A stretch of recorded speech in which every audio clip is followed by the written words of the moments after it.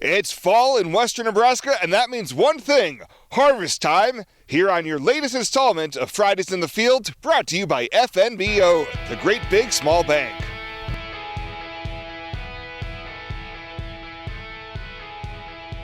Catching up one more time in 2023 with Glenn Miller of Miller Farms, located about 10 miles north of Henry, Nebraska, right on the Wyoming border. Now, we've been covering everything this year, from the hay harvest, dry bean season, and of course, corn. Glenn, last time we caught up, it was just before you were harvesting your dry beans. Kind of give us an overview of how that all went down. Okay, well, we got them all done last week, finished up bean harvest, and was probably what I would call an average crop. Didn't have any issues with rain or anything, so that was good. Finished probably a few days later than we usually do in the fall, and we planted winter wheat behind them on all of our acres. All right, and I know traditionally you start right around Labor Day for your dry bean harvest. Was that on par this year? We started about then, but we had to wait on some to mature and finish ripening to finish them up the latter week of September. So. And how were the weights, the quality of the bean, anything out of the ordinary from a normal, if you can call anything normal, a normal harvest? No issues with quality. Yields were in the 40 to 53 bushel range, so average in mid 40s, give or take. So no problems with issues with quality or anything like that. So that was good. Yep. All right, and all that's left, I think, is corn. How many acres of corn do we have for 2023 harvest? Oh, we'll be harvesting around 600 acres of corn. We do have a cutting of hay that we're just going to be cutting this week and get baled up next week, hopefully, so the last cutting of that. Now, how many cuttings of hay did you get out here in 2023? Most of our ground's having 4 cuttings. And is that a little above average or right on par? That's pretty much typical for these years right now. One of the farms that had some hail will only get 3 cuttings on it. So.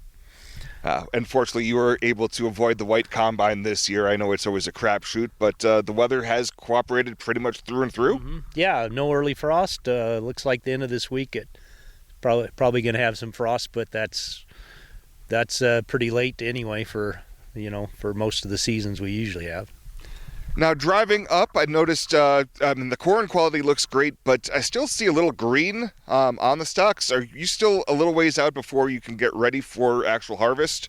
Yeah, we do all of our corn as dry corn, so it'll take 2 to 3 weeks, I'm guessing, before any of it will be dry enough to put in bins and store and stuff like that.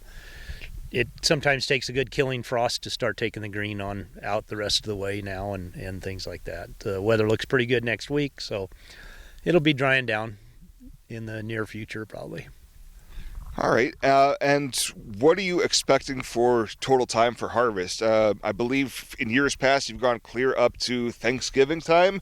If we are able to start in mid-October, when do you think we'd be able to have completion with no egregious errors? Oh, we can usually wrap it up in 3 weeks' time or so. Just depends on moisture and snow and weather in between. So usually about 3 weeks, probably hopefully by mid-November we'd be done.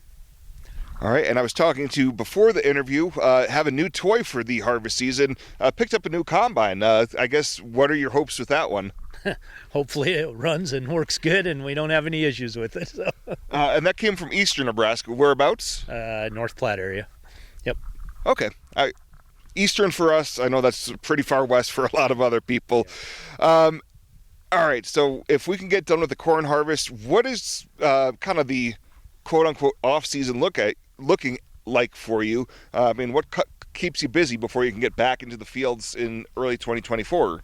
We'll be running cows out on corn stalks, putting up fence, taking care of water for them as soon as we get the corn out, and just some general repair work on equipment and getting it set up for the next year. So mostly that. Hopefully have a little downtime in between somewhere. Yeah, I think you've earned that after all the blood, sweat, and tears that you put into everything for this year's crop and harvest. And I guess if you had to rate everything up to this point, would you say this is an average year, a great year, a substandard year? I mean, you've been doing this for, God, probably 35, 40 years. So, I mean, where does 2023 rank when all is said and done? The corn looks like it's going to be good. You know, we haven't done any yet, of course, but it looks like it should have good yields. The beans were what I would say average, and wheat was above average. So, you know, overall, pretty good year. We've had more moisture than normal for sure. Sometimes that brings storms with it that we don't like, but that's the way it goes. So it looks like it'll be, I would guess, above average year anyway overall. So. All right, once again, catching up with Glenn Miller of Miller Farms for one final time in 2023. We're doing the last Fridays in the Fields out in Sioux County, Nebraska. Fridays in the Field brought to you by FNBO, the Great Big Small Bank.